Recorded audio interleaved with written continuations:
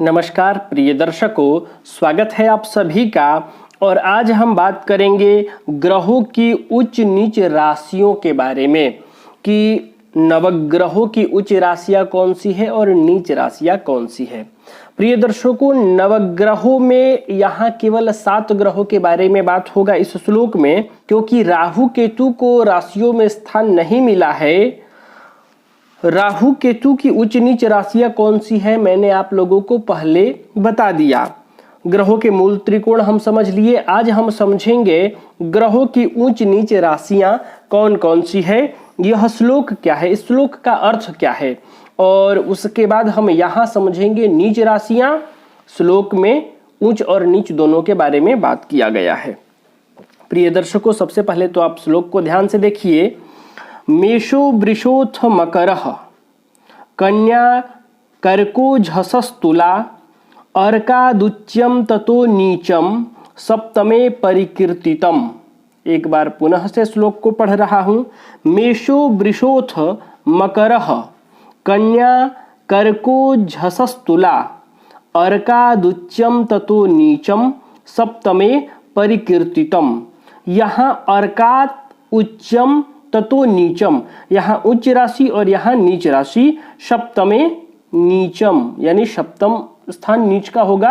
अब कहाँ से आगे हम समझेंगे।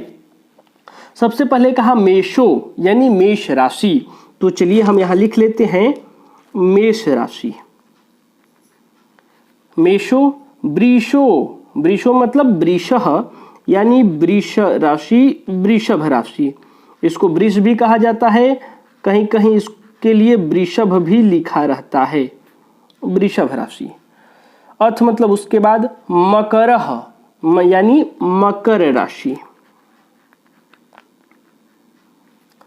कन्या, अगला नंबर है कन्या राशि।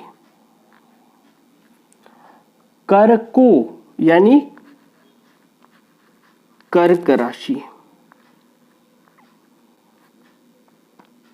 कर्क राशि हो गया। झषः तुला, झषः मतलब मीन राशि, झषः मतलब मीन राशि, और तुला मतलब तुला राशि। ये आप देखेंगे तो 7 राशियों का नाम आया। मेषो वृषोऽथ मकरः, कन्या कर्को झषस्तुला, यानी मेष राशि, वृषभ राशि, मकर राशि, कन्या राशि, कर्क राशि, मीन राशि और तुला राशि।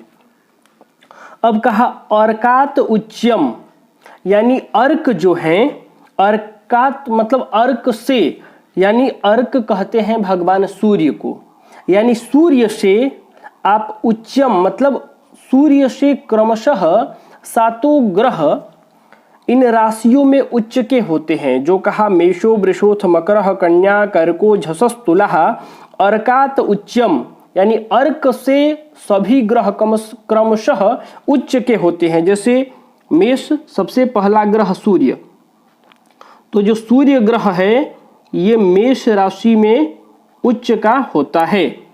अर्कात मतलब सबसे पहले अर्क से शुरू करना है। पहला जो ग्रह है सूर्य वह मेष राशि, पहली राशि का नाम यहाँ मेष आया है, तो मेष राशि में सूर्य उच्च का होता है। इसके बाद नंबर 2 पे चंद्र, यानी चंद्र जो है वृषभ राशि में उच्च का होता है। नंबर 3 पे मकर, क्रमशः सूर्य चंद्र मंगल बुध लिख लेना है। मंगल यहाँ बुध लिख लेते हैं। बुध के बाद बृहस्पति,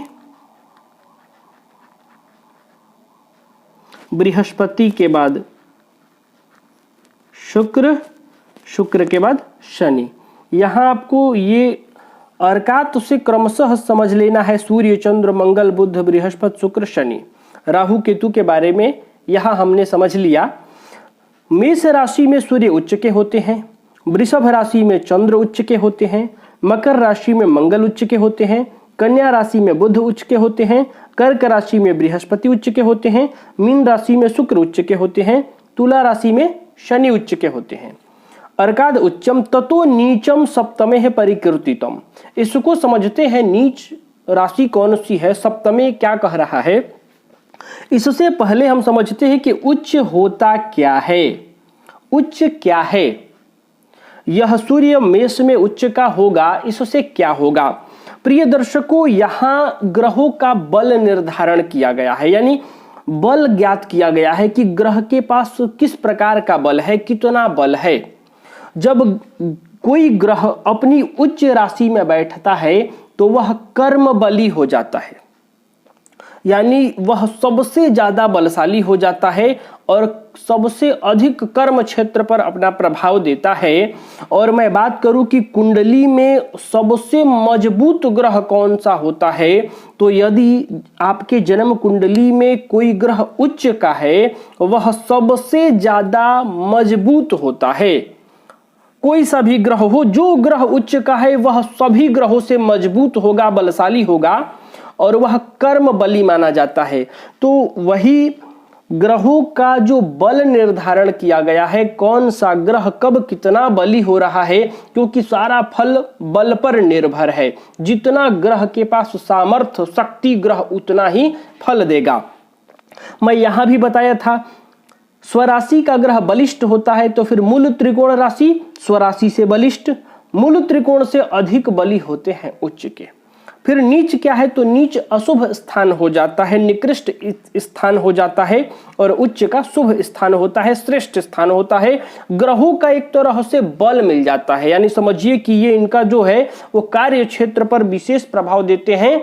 एक तरह का एक पद है, एक ऐसा स्थान है जहां वह ग्रह अपने परचम पर होता है, अपने मतलब पराक्रम के शिखर पर होता है। जैसे मान लीजिए किसी योद्धा के लिए युद्ध भूमि, मान लीजिए कोई योद्धा है, वह युद्ध भूमि में खड़ा है, तो वह उसका सबसे श्रेष्ठ स्थान होगा, क्योंकि उसके अलावा वह अपना युद्ध कौशल और कहां दिखा सकता है। तो वैसे ही सूर्य का सबसे प्रचंड प्रभाव, सबसे श्रेष्ठ प्रभाव मेष में मिलता है। इसके अलावा सभी राशियों में सूर्य का प्रभाव इसके अपेक्षाकृत कम होगा। चंद्रमा का सबसे श्रेष्ठ प्रभाव वृषभ में मिलता है, वृषभ के अलावा सभी राशियों में चंद्र का प्रभाव कम होगा। मंगल का प्रभाव मकर में सबसे श्रेष्ठ होता है, मकर के अलावा मंगल का प्रभाव सभी राशियों में कम होगा। उसी प्रकार बुध का प्रभाव कन्या राशि में सबसे श्रेष्ठ होता है, कन्या के अपेक्षाकृत सब में कम होगा। बृहस्पति का कर्क में, शुक्र का मीन में और शनि का तुला राशि में सबसे श्रेष्ठ प्रभाव होता है। समझिए कि एक योद्धा अपने युद्ध भूमि में खड़ा है, एक रेसलर रिंग में खड़ा है, यानी उससे श्रेष्ठ कोई स्थान नहीं हो सकता है उसके लिए। जब एक योद्धा युद्ध भूमि में खड़ा है, उससे बेहतर उस योद्धा के लिए युद्ध कौशल दिखाने के लिए उससे श्रेष्ठ स्थान और कोई हो सकता है क्या? नहीं। तो ये जो स्थान है ग्रहों का उच्च स्थान वही है जब ग्रह अपने शिखर पर होते हैं, जब अपने मतलब जो अपना उनका प्रभाव है वह पूर्ण रूप से देने का जो स्थान होता है वह उच्च का होता है। इसलिए मैंने कहा कुंडली में यदि ग्रह, कोई भी ग्रह उच्च का है, वह सबसे श्रेष्ठ है, सबसे बलशाली है, सबसे अधिक शक्तिशाली है। तो आप लोगों ने समझ लिया कि मेष राशि में सूर्य उच्च के होते हैं। फिर कहा ततो यानी ततः नीचम सप्तमे परिकीर्तितम, यानी ग्रह जिस राशि में उच्च के होते हैं ठीक उससे सातवें राशि में, सप्तमे यानी सप्तम स्थान में जिस राशि में उच्च के होंगे उस राशि से सातवीं राशि में नीचम यानी नीच के होते हैं। जैसे कि आइए हम यहां समझते हैं, यहां इसको इसलिए समझेंगे कि मैं आपको गिन कर बताऊंगा। जैसे में मेष में सूर्य यहां उच्च के हो गए, पहले सूर्य को भी लिख लेते हैं। वृषभ में चंद्र उच्च के होते हैं, यहां चंद्र को भी लिख लेते हैं। मकर में मंगल उच्च के होते हैं, तो यहां मंगल को मकर में लिख लेते हैं। कन्या में बुध उच्च के होते हैं, तो यहां हम बुध को कन्या में लिख लेते हैं। अभी नीच हम समझेंगे, गिन कर आपको बताऊंगा। बृहस्पति कर्क में उच्च के होते हैं, तो हम बृहस्पति को गुरु यहां लिख लेते हैं कर्क में। मीन में शुक्र उच्च के होते हैं, तो हमने यहां शुक्र को भी लिख लिया। और तुला में शनि नीच के होते हैं, तो हमने यहां शनि को लिख लिया।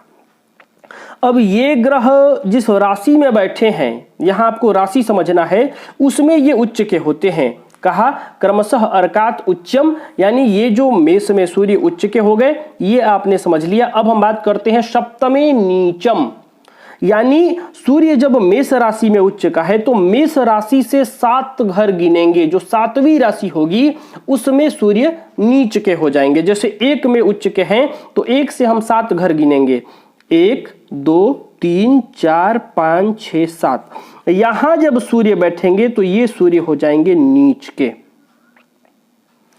अब बात करते हैं सूर्य के बाद चंद्रमा के। तो चंद्रमा वृषभ में है तो हम यहां से गिनना शुरू करेंगे, इसी को 1 मानेंगे, 1 2 3 4 5 6 7। यानी जब चंद्रमा यहां बैठेंगे तो हो जाएंगे नीच के, यानी यहां से 7 घर गिनना है। वृषभ से 2 को 1 मान लेना है, 1 2 3 4 5 6 7, 7वां घर है। आप 2 से उंगलियों पर भी गिनना शुरू करेंगे तो यहां से गिनिए 1 2 3 4 5 6 7, 7वां स्थान 8 नंबर आया, 8 नंबर वृश्चिक में नीच के हो जाते हैं। बात करते हैं मंगल का। मंगल मकर में उच्च का होता है तो यहां से गिनिएगा तो 7 घर आएगा, यहां 1 2 3 4 5 6 7। तो अपने से सप्तमे नीचम, यानी अपने से 7वें घर में जब कर्क राशि का मंगल होगा तो ये नीच का होगा। बुध कन्या में उच्च के होते हैं तो कन्या से 7 घर गिनिएगा तो मीन पड़ेगा, यानी बुध जब मीन में आपके कुंडली में बैठे हो तो ये नीच अवस्था के माने जाएंगे। बृहस्पति कर्क में उच्च के होते हैं तो यहां से गिनिएगा तो यहां पड़ेगा, जब मकर राशि में बैठेंगे तो बृहस्पति नीच के हो जाएंगे। गिनिए 1 2 3 4 5 6 7। शुक्र मीन में उच्च के होते हैं तो यहां से 7 घर यहां आएगा कन्या, तो शुक्र यहां होंगे तो यहां ये नीच के हो जाएंगे। 12 से गिनिए, 12 से 1 हो जाएगा, 13 14 नहीं गिनना है। 12 के बाद यहां गिनिए 1 2 3 4 5 6 7। शनि तुला में उच्च के होते हैं तो यहां से गिनिएगा तो 1 पड़ेगा, यहां शनि बैठे होंगे तो नीच के हो जाएंगे। एक और तरीका है, मैं उसको अगले वीडियो में बताऊंगा कि आप कैसे ये तय करेंगे। जैसे ये देखिए सूर्य जिस राशि में, यहां इन दोनों का अंतर है, सूर्य जिस राशि में उच्च के होते हैं उस राशि में शनि नीच के होते हैं, और शनि जिस राशि में उच्च के होते हैं उस राशि में सूर्य नीच के होते हैं। आप इस तरह से भी उच्च नीच समझ सकते हैं। मैं कोशिश करूंगा कि अगले ही वीडियो में मैं आपको ये बात बताऊं। हालांकि ये आप उच्च और नीच यहां से याद कर सकते हैं। सूर्य मेष में उच्च के होते हैं तो इससे 7वें घर में नीच के हो जाएंगे, यानी 1 नंबर में उच्च के तो 7 नंबर में नीच के। 2 नंबर में चंद्रमा उच्च के तो 8 नंबर में नीच के। 10 नंबर में मकर उच्च के तो 4 नंबर में नीच के। 6 नंबर में बुध उच्च के तो 12 नंबर में नीच के। 4 नंबर में बृहस्पति उच्च के तो 10 नंबर में नीच के। शुक्र मीन 12 नंबर में उच्च के तो 6 नंबर में नीच के। तुला 7 नंबर में शनि उच्च के तो 1 नंबर में नीच के। तो प्रिय दर्शकों, मैं उम्मीद कर रहा हूं कि आपको उच्च नीच राशियां, ग्रहों की उच्च नीच राशियां समझ में आया होगा। आगे मैं ये वाला भी आपको ट्रिक बताऊंगा जिस तरह से और आसान हो जाएगा ऊंच नीच समझना। तो प्रिय दर्शकों, आज के लिए बस इतना ही। तब तक के लिए हमें अनुमति दीजिए। नमस्कार।